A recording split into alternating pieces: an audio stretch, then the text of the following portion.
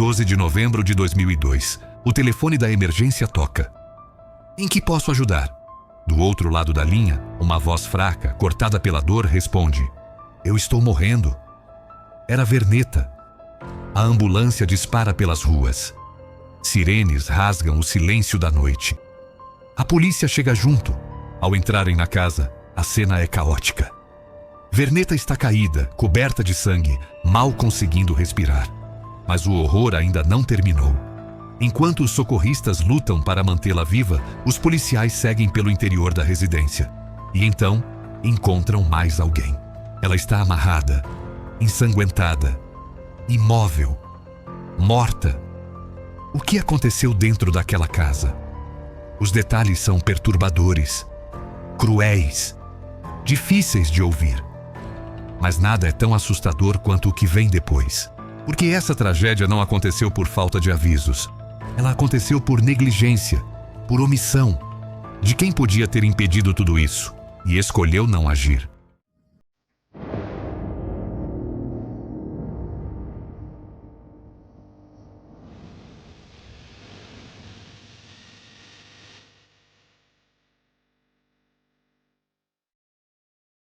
Capítulo 1. A semente do mal. Vernetta Cockerham nasceu em Nova Jersey, em 1969, a mais nova de 3 irmãs. Ainda muito jovem, sua vida já seria moldada por ausências.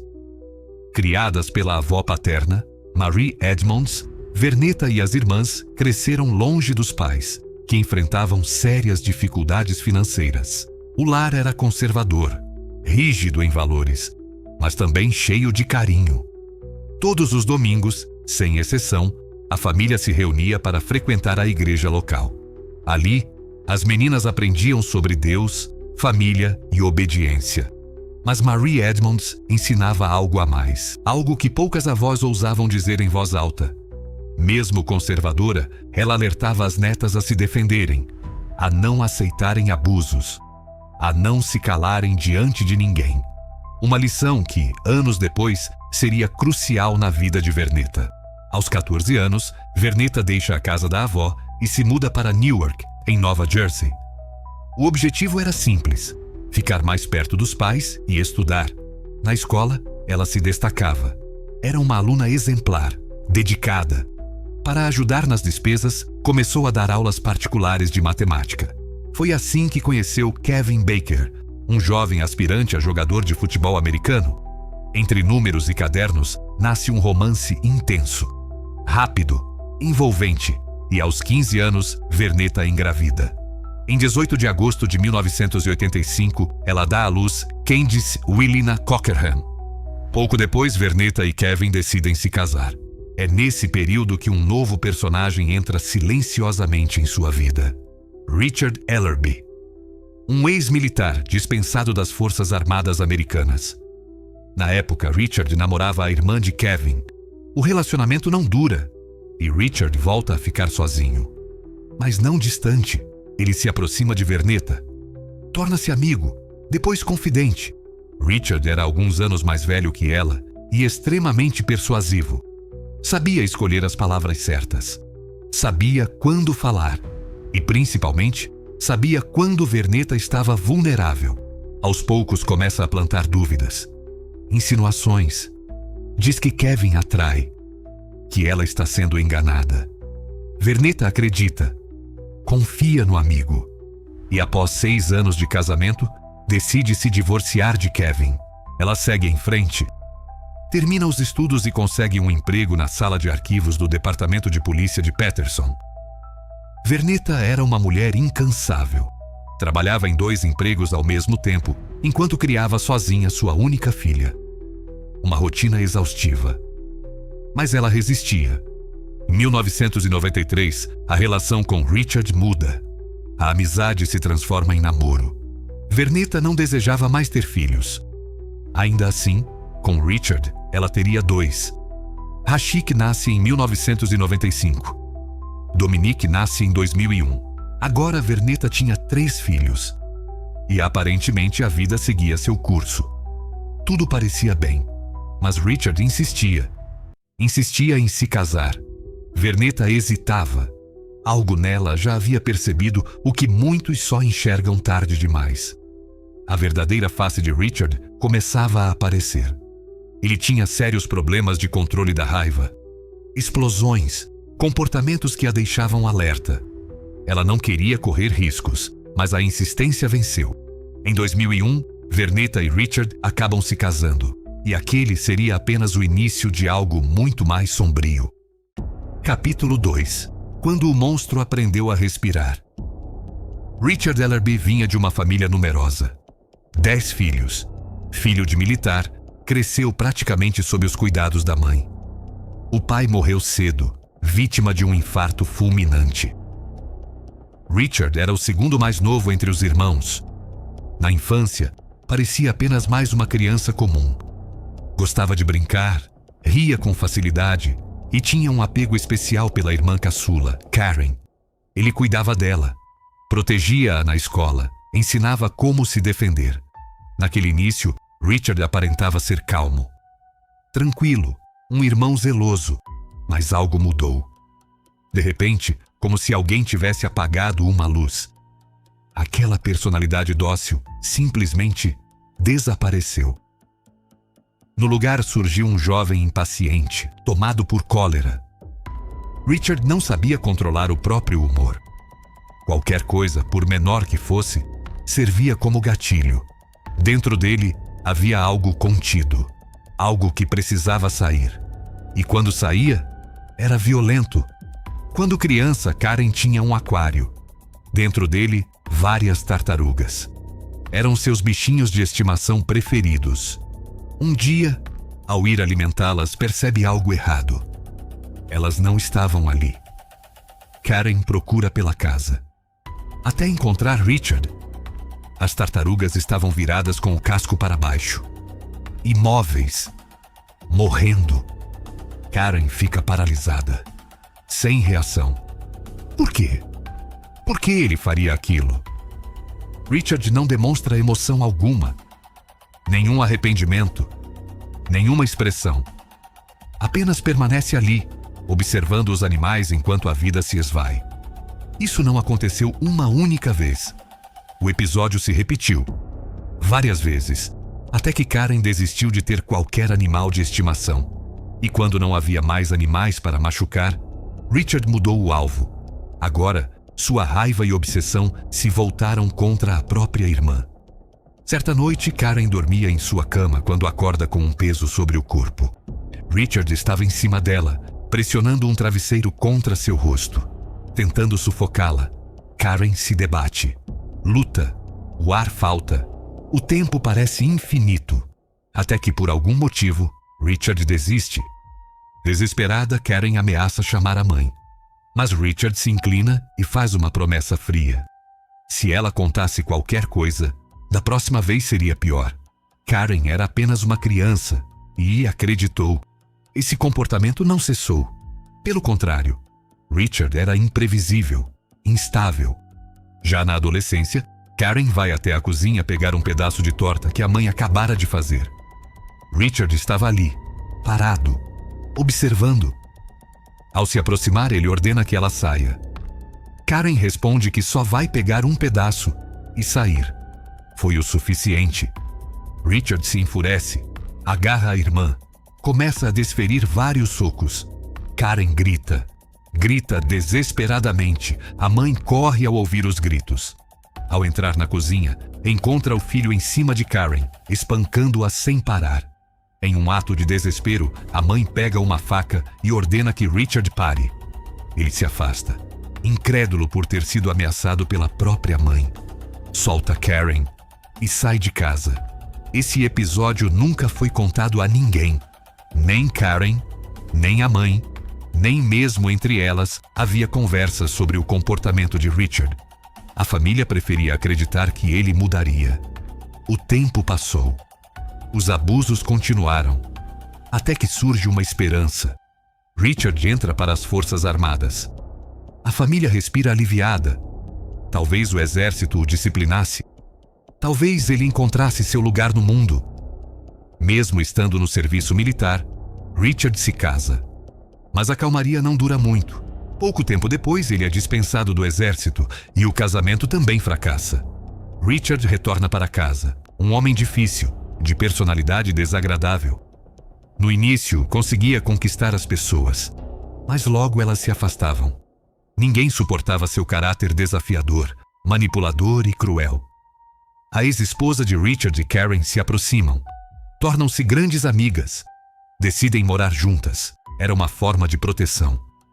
Uma cuidava da outra. Até que certa noite, durante o jantar, o telefone toca. Era Richard. Do outro lado da linha, ameaças, voz agressiva, intimidadora. Karen não se assusta. Acredita que estão seguras. Mas então, uma batida forte na porta. Era Richard. Ele exigia que abrissem. Estava armado. Karen abre a porta. Vê a arma. E ameaça chamar a polícia. Richard não se intimida. Só recua ao ouvir o som das sirenes. Com medo, foge. No dia seguinte, entra em contato com Karen. Implora. Suplica para que ela não conte nada à polícia sobre a arma. Karen encontra uma saída definitiva. Propõe um acordo. Ela não levaria o caso adiante se ele prometesse nunca mais entrar em contato com ela. Richard aceita. A estratégia funciona. Os anos passam. E Karen nunca mais vê o irmão. Mas o que ela não sabia é que Richard nunca deixou de ser o mesmo. Capítulo 3. Sinais que foram silenciados. Quando Candice completa 8 anos de idade, Vernetta decide lhe dar um presente. Uma cachorrinha. Um gesto simples, inocente. Candice fica radiante. Passava horas ao lado da nova amiga, criando um vínculo puro, daqueles que só uma criança é capaz de sentir. O tempo passa. A cachorrinha cresce e começa a gerar filhotes. Muitos filhotes. Candice não podia ficar com todos. Então ela e a mãe passam a doá-los. Era um ciclo que se repetia. A cachorra procriava.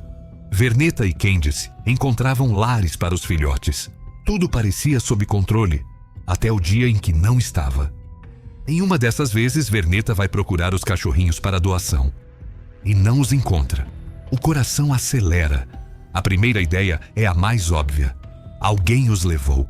Mas algo no quintal chama sua atenção. Uma caixa de madeira. Ali, onde nunca estivera antes. Ao lado da caixa, um saco de calcário.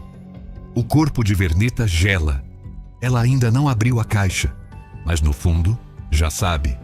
A intuição grita. O silêncio do jardim pesa. Dentro da caixa, enrolados em uma sacola, estavam os filhotes. Todos mortos. Em choque, Vernetta confronta Richard. Ela sabia que apenas uma pessoa naquela casa seria capaz de algo tão cruel. Richard não nega, não se altera. Apenas diz que os animais estavam dando despesa. E que, como Vernetta estava demorando para se desfazer deles, ele resolveu tomar a iniciativa. Aquilo não era normal. Vernetta sabia. Pela primeira vez, começa a buscar respostas fora de casa. Decide procurar a família de Richard. Quer saber quem ele realmente é. Com quem está dormindo. Que passado ele esconde. Richard jamais permitiria isso. Sempre que Vernetta tentava qualquer contato com a mãe ou os irmãos dele, Richard a impedia. Cortava, afastava, isolava, queria estar no controle. Com o tempo, a violência deixa de ser silenciosa. As maldades de Richard passam a se voltar diretamente contra Vernetta. Sempre que ela o confrontava, era agredida. Fisicamente, sexualmente, mas havia algo que ele parecia gostar mais. Algo que se repetia. Sufocá-la com um travesseiro. O mesmo método usado contra Karen anos antes. Richard não tolerava ser contrariado. O tempo passa. Candice e os irmãos crescem naquele ambiente instável, carregado de medo e incerteza. Mesmo assim, Candice ainda consegue sonhar. Aos 17 anos, era uma adolescente doce, carismática, cercada de amigos. Conquistava todos com facilidade. Mesmo sendo uma das poucas alunas afro-americanas na escola Starmount, destacava-se pela inteligência e determinação. tão jovem e já sabia o que queria: servir ao seu país nas Forças Armadas Americanas. Candice cresceu longe do pai fisicamente, mas nunca emocionalmente. Kevin sempre esteve presente. Mesmo separados há anos, Vernetta e ele mantinham uma boa relação. 2 vezes por semana, Kevin ligava para saber da filha. Candice passava fins de semana alternados com o pai. Richard odiava isso. Em um desses fins de semana, Candice se despede da mãe. Iria, como sempre, ficar com o pai. Richard não aceita. Diz que ela não iria mais vê-lo. Vernetta não se intimida. Enfrenta Richard. Ordena que Candice vá. Quando a filha sai pela porta, o ódio de Richard explode. Ele avança contra Vernetta. Dessa vez, não usa os punhos. Usa um taco de beisebol. Quando Vernetta sente o sangue escorrer pela cabeça, algo muda dentro dela. O medo dá lugar à decisão.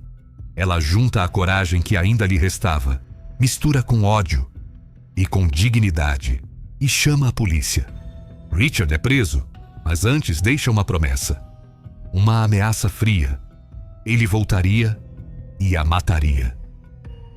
A partir daquele momento, Vernetta entende. As coisas não estavam apenas ruins, elas estavam prestes a ficar muito piores.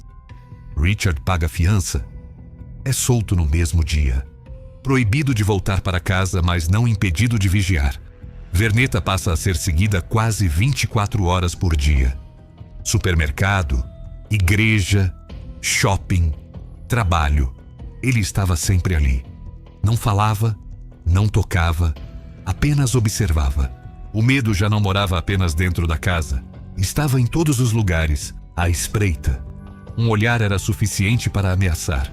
Temendo pela própria vida e pela vida dos filhos, Vernetta liga para a polícia diversas vezes. Relata que Richard está sempre por perto, esperando, observando. A resposta é sempre a mesma: se vocês estão em um lugar público, não podemos fazer nada. E assim, Vernetta percebe que estava sozinha. Capítulo 4. Caçada à luz do dia. Vernetta vivia presa, mas não dentro de casa. Era do lado de fora que ela se sentia encarcerada. A rua havia se tornado território de medo. Já o interior da casa era o único lugar onde ainda conseguia respirar, onde acreditava estar segura. Ela passa a proteger o lar como pode. Troca fechaduras, reforça janelas, cria barreiras. Mas nada disso afasta a sensação constante de que algo está errado. O medo não desaparece. Pelo contrário, parece se infiltrar pelas paredes, tornando difícil até mesmo entrar ou permanecer dentro daquela casa. Até que um dia, ao chegar em casa, Vernetta percebe algo estranho. Nenhuma luz acende. No primeiro momento, tenta se tranquilizar. Talvez tenha faltado energia no bairro. Mas ao olhar pela janela, vê a casa vizinha iluminada. Tudo funcionando normalmente. Confusa, ela vai até a caixa de energia. E o medo volta com força total. A fiação havia sido mexida. Alguém esteve ali. Sem perder tempo, Vernetta pede ajuda para a polícia. Diz que acredita que Richard invadiu a casa. Diz que não sabe se ele ainda está lá dentro. Mas para a polícia, acreditar não basta. É preciso ter certeza. Sem perder tempo ao telefone, Vernetta sobe para o quarto. E o que vê a paralisa. Em cima da cama, um bilhete. Poucas palavras. Diretas. Cruéis. Eu vou te matar. Você vai morrer. Ali, Vernetta entende. Ela estava completamente vulnerável. Percebe que aquilo não teria fim. Não até Richard conseguir o que queria. Tomada pelo medo, decide comprar uma arma de fogo para se proteger. Mas a pergunta permanece: será que isso seria suficiente? Vernetta fez tudo o que estava ao seu alcance. Comparecia à delegacia constantemente. Conseguia que Richard fosse detido. Isso aconteceu inúmeras vezes. Conseguiu até uma ordem de restrição de aproximação. Nada adiantou. Richard permaneceu implacável. Continuou a persegui-la, assediá-la, ameaçá-la. Sempre era chamado à delegacia. E sempre saía em liberdade. Os dias passam. As perseguições continuam. Até que, certa noite, ao chegar do trabalho, Vernetta ouve um barulho vindo da rua. Algo diferente. Instintivamente decide olhar pela janela. O que ela vê faz seu corpo inteiro tremer. Richard estava ali, do outro lado da rua, mas não estava parado. Não estava apenas observando como costumava fazer. Ele segurava uma enxada e estava cavando um buraco. Quando percebe que Vernetta o observa, Richard pega o telefone e liga para ela. A voz do outro lado da linha é fria, cruel. "Está vendo essas covas?" diz ele. "É aqui que vou colocar você e as crianças." Vernetta sente o chão desaparecer sob seus pés. Sem perder a esperança, liga novamente para a polícia. Mais uma vez, ouve a mesma resposta: nada pode ser feito. E naquele momento, Vernetta percebe que não estava apenas sendo ameaçada. Ela estava sendo caçada. Capítulo 5. A última perseguição. No dia 12 de novembro de 2002, Candice recebe uma notícia que muda completamente o seu dia. Ela havia sido selecionada para uma entrevista com um recrutador do exército. A reação é imediata. Candice fica radiante, emocionada, cheia de esperança. Pede à mãe que a ajude a fazer anotações, a se preparar para a entrevista que poderia definir seu futuro. Vernetta se orgulha da filha. Feliz, decide levá-la até a biblioteca para que Candice pudesse pesquisar e se preparar da melhor forma possível. Antes de se separarem, combinam tudo com cuidado. Vernetta diz à filha para esperar na biblioteca, que mais tarde passaria para buscá-la. Estava tudo acertado. Nada indicava que aquele seria o último acordo entre mãe e filha. No fim da tarde, no horário combinado, Vernetta chega à biblioteca. Espera. Os minutos passam. Candice não aparece. Estranhando a demora, Vernetta entra no interior do prédio. Lá, recebe a informação que faz seu coração acelerar. Candice já havia saído. Aquilo não fazia sentido. Candice sempre cumpria seus compromissos. Sempre avisava. Um pressentimento ruim toma conta de Vernetta. Sem perder tempo, ela volta imediatamente para casa. Ao chegar, nota algo que a paralisa. A porta de entrada está entreaberta. Algo estava muito errado. Vernetta entra devagar. Chama pela filha. Uma vez. Depois outra. Nenhuma resposta. O sangue começa a gelar em suas veias. Mas nada a prepararia para o que viria a seguir.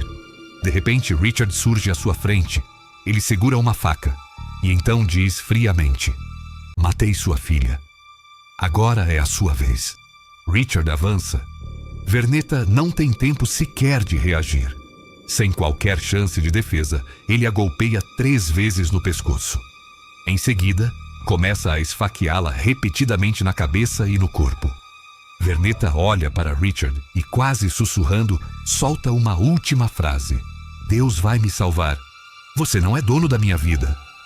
Acreditando tê-la matado, Richard foge, mas Vernetta ainda está viva.